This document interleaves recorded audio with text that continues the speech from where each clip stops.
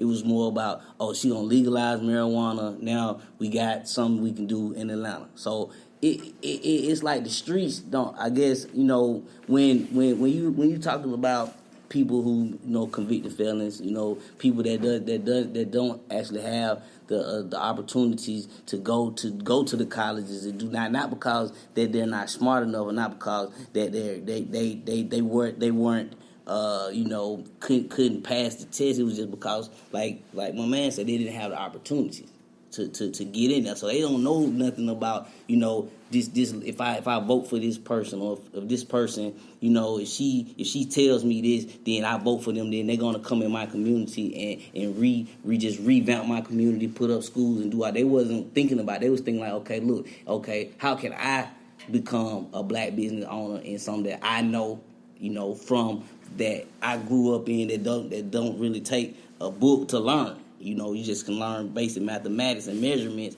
and now you can actually be, a cannabis seller. So that's what more people was thinking about, something and that's what kind of I think that the youth was gravitating to her for because of that. They were just happy that the marijuana was getting legalized and all the other issues and the other problems they don't even know. But that's a valid point, and here's why I bring this up. And Mr. Ali, I want to come to you on this question because one, there are a lot of people that are one issue voters. All they care about is one thing. Yeah. It's very easy. You can count on one hand. For the most part, the Republican platform is based in religion. The abortion is what they always threw up, small government, right? Military, guns, that's 4. You ain't got to go much deeper than that in order to get probably 70% of the votes. And so sometimes to be a one-issue voter, what's wrong with that? But Ms. Ali, I want to come to you. Something that Baby D just mentioned, white folks don't have to be educated, right, to make decisions as much as, I think that's something that we talk a lot about your levels of education. But you can make a very good living and do very well with minimal education. If you know how to do something really well, you know how to make widgets, you know how to farm, you know how to grow a soybean, you can do pretty well. So where did that happen in the black community where we feel like if you don't go out here and get deep in debt, have a lot of school loans in order to get yourself in a position, that's not the route that you took? Well, when I came up, my job as a 6-year-old was to earn lunch money for my 2 older siblings. They were too proud to eat free lunch.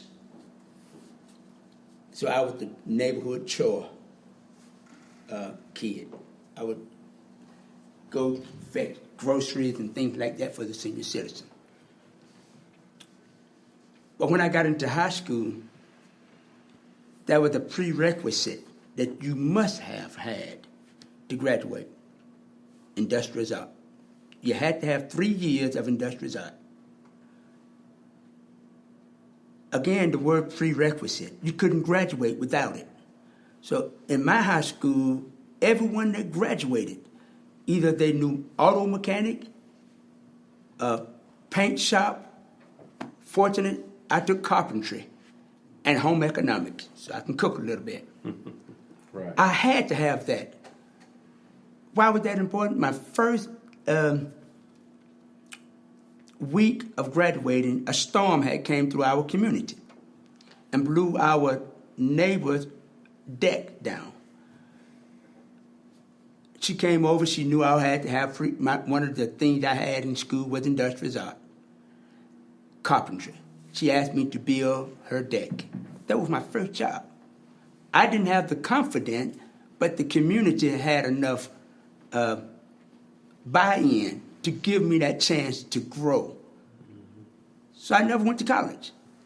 And the reason why, my friend went to college. Again, over the year we had over 1,200 employees.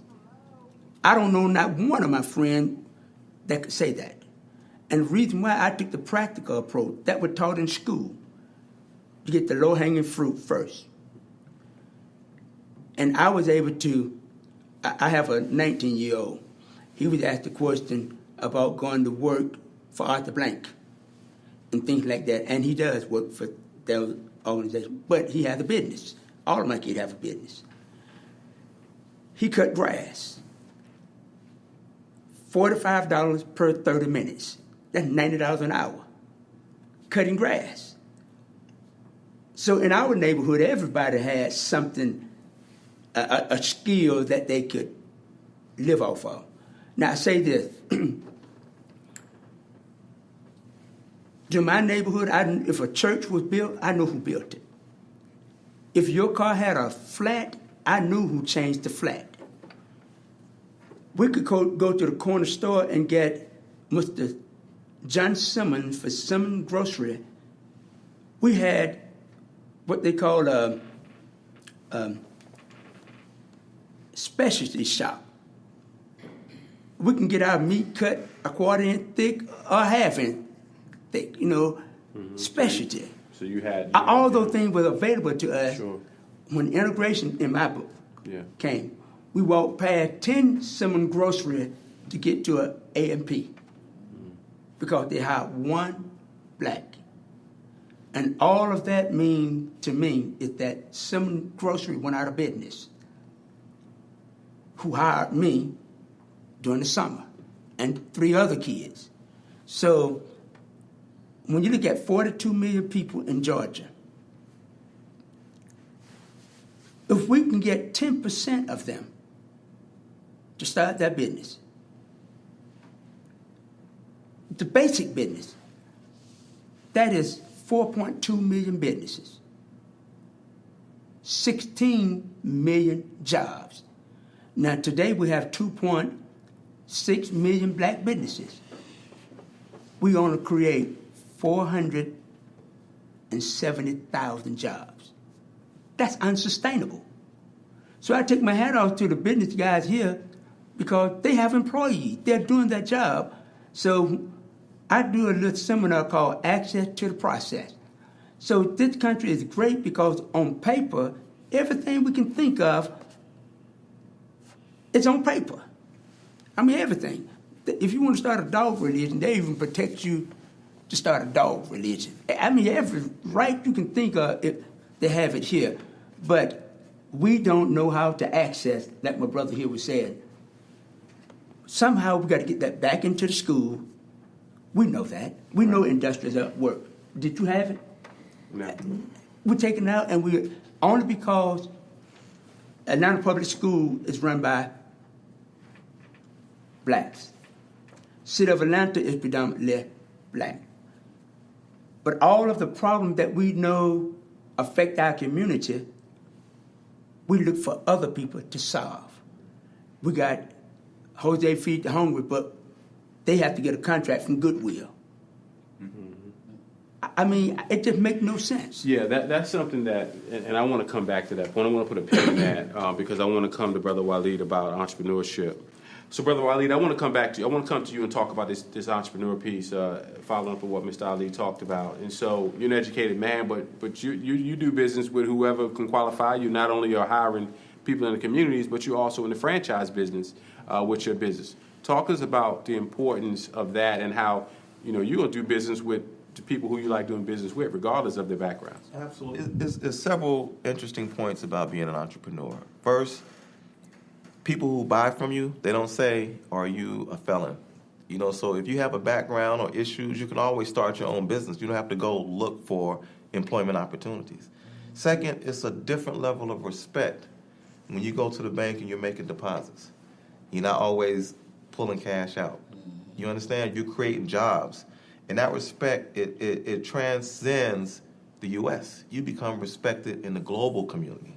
If you say, hey, I got 1,000 employees, I have multiple locations, I'm doing business all over the world, there's another level of respect that comes to you as being a business owner, man or woman.